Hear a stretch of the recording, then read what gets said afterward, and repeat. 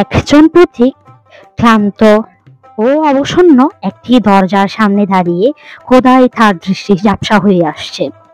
দরজায় কড়া নাড়লে কি সে একটু খাবার পাবে, নাকি তাকে ফিরিয়ে দেওয়া হবে সে জানে না, কিন্তু সামনের কয়েক মুহূর্ত তার জীবন বদলে দিতে চলেছে। একদিন এক গরিব যুবক দীর্ঘ পথ হেঁটে ক্লান্ত হয়ে পড়েছিল। ক্ষুধা ও তৃষ্ণায় তার শরীর দুর্বল হয়ে আসছিল। উপায়ন্তর না দেখে সে একটি ঘরের দরজায় কড়া নাড়ে। দরজার ওপাশ থেকে এক তরুণী মেয়ে দরজা খুলে দেয়। যুবক কিছু খেতে চায়, কিন্তু লজ্জায় মুখ দিয়ে কিছু বলতে পারে না। সে শুধু এক গ্লাস পানি চায়। ছোট্ট মেয়েটি দেখে সে যুবক খুবই ক্লান্ত ও দুর্বল। সে দয়া করে পানি আনতে গিয়ে এক গ্লাস দুধ এনে দেয়। যুবক অবাক হয়ে যায়, কারণ সে শুধু পানি চেয়েছিল। কিন্তু মেয়েটি হেসে বলে, আমার মা বলেছেন ক্ষুধার্তকে সাহায্য করা সওয়াবের কাজ। যুবক কৃতজ্ঞতা প্রকাশ করে দুধ পান করে এবং মেয়েটির সুন্দর ব্যবহার তার মনে গেঁথে যায়। বছর কেটে যায়।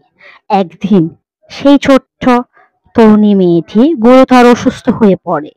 তার চিকিৎসার জন্য অনেক অর্থের প্রয়োজন হয়, যা তার পরিবারের কাছে ছিলই না। তারা চিন্তিত হয়ে এক বিখ্যাত চিকিৎসকের কাছে মেয়েটিকে নিয়ে যায়। এই চিকিৎসকই সেই ছিল যে দুধ খেয়েছিল তাদের ঘর থেকে, যে একদিন ক্ষুধার্ত অবস্থায় মেয়েটির বাড়িতে গিয়েছিল। মেয়েটিকে দেখে তিনি বুঝতে পারেন এই সেই মেয়ে যে এক গ্লাস দুধ দিয়েছিল। তিনি মেয়েটির চিকিৎসার সমস্ত দায়িত্ব নিল। আল্লাহর রহমতে মেয়েটি সুস্থ হয়ে উঠল।